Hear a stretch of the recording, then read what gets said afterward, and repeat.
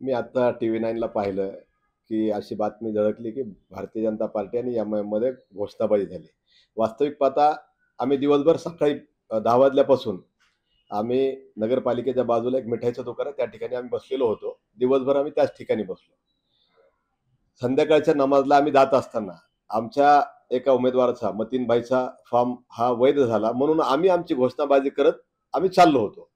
वास्तविक पाहता तिकडून योगेश क्षीरसागर येत असताना कोणी पाहिलं सुद्धा नाही आणि आम्ही आमची घोषणाबाजी करत असताना समोरून त्यांनी घोषणाबाजी केली. अर्थार्थी या घोषणाबाजीचा आणि त्यांचा काही एक संबंध नव्हता. आम्ही आमच्या आनंदात आम्ही आमच्या घोषणा देत होतो आणि आमची पार्श्वभूमी ही जातीवादीची कधीच राहिलेली नाहीये आणि माझं तरी किमान या बीडमध्ये सगळ्यांना माझा स्वभाव माहिती की मी जातीवादी कधीही केलेली नाही. नेहमी सलोखा राखण्यासाठी माझे प्रयत्न राहिलेले. परंतु योगेश क्षीरसागरांचा आता असा रूप पाहून त्यांच्या पोटात जे होतं ते आता ओठात आलंय असं आढळून येतं. कारण त्यांच्या वडिलांपासून आम्ही बघितलं की त्यांनीच मोहन भागवत आणले होते. आता भाजपमध्ये गेल्यानंतर त्यांची सुद्धा विचारसरणी ही राणेसारखी किंवा ते संग्राम जगताप सारखी झाली का काय असं आम्हाला वाटायला लागले आणि अर्थार्थी या घोषणाबाजीचा आणि त्यांचा काही एक संबंध नव्हता. ते म्हणाले एम-आय-एमला आम्ही यापूर्वी पटकवलेलं आहे. यापूर्वी देखील आता इथून पुढे या अशा धर्मांध शक्ती येऊ नयेत यासाठी आम्ही प्रयत्न करणार. 2016-17 मध्ये जी निवडणूक झाली त्याच्यामध्ये 1600 मतांनी आमचा पराभव नक्कीच झाला. मी सुद्धा त्यावेळेस राष्ट्रवादी काँग्रेसमध्ये होतो. जय पराजय हे चलत असतात. परंतु आजची परिस्थिती वेगळी. संदीप क्षीरसागर साहेब आणि योगेश क्षीरसागर साहेब हे क्षीरसागरांची कुटुंबियांची सत्ता या बीडमध्ये आजपर्यंत राहिलेली आहे की 40 वर्षापासून हेच आलटून पालटून चालवत आहेत.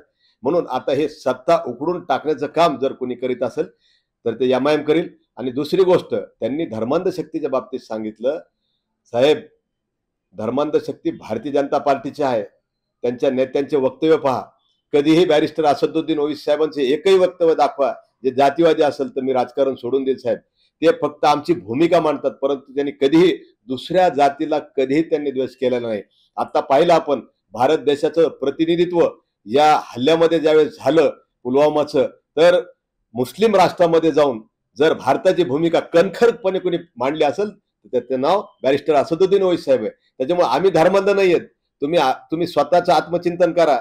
तुम्ही आजपर्यंत जातीवादी होतात पण बुरख्याआड होतात, आतमधून होतात. परंतु आता तुमचा चेहरा योगेश क्षीरसागर तुमचा चेहरा हा उघडा पडलेला आहे.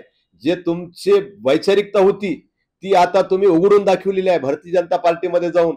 मध्ये तर तुम्ही शिवसेनेत गेले, कुठं गेले, परंतु आता तुम्ही भारतीय जनता पार्टीमध्ये गेलेला आहात. त्याच्यामुळं आम्ही धर्मांध नाहीत. सगळ्या जगाला माहिती धर्मांध तुम्ही आहात. नेमकं हे ठरवून केलं गेलं असं तुम्हाला वाटतंय का?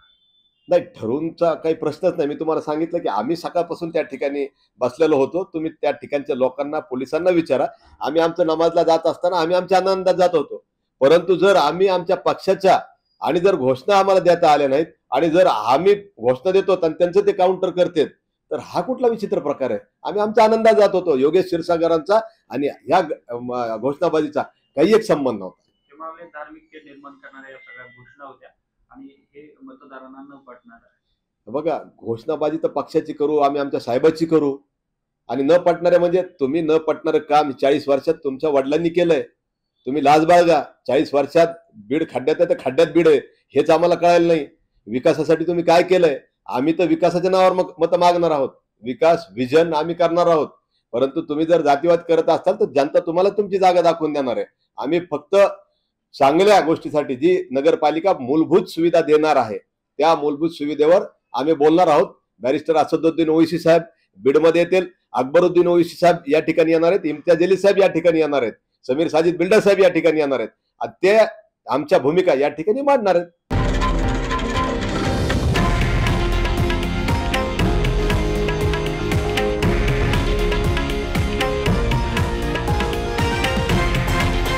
हे आहे देशातील नंबर 1 न्यूज नेटवर्क आणि आपण पाहत आहात TV9 मराठी, एकमेव.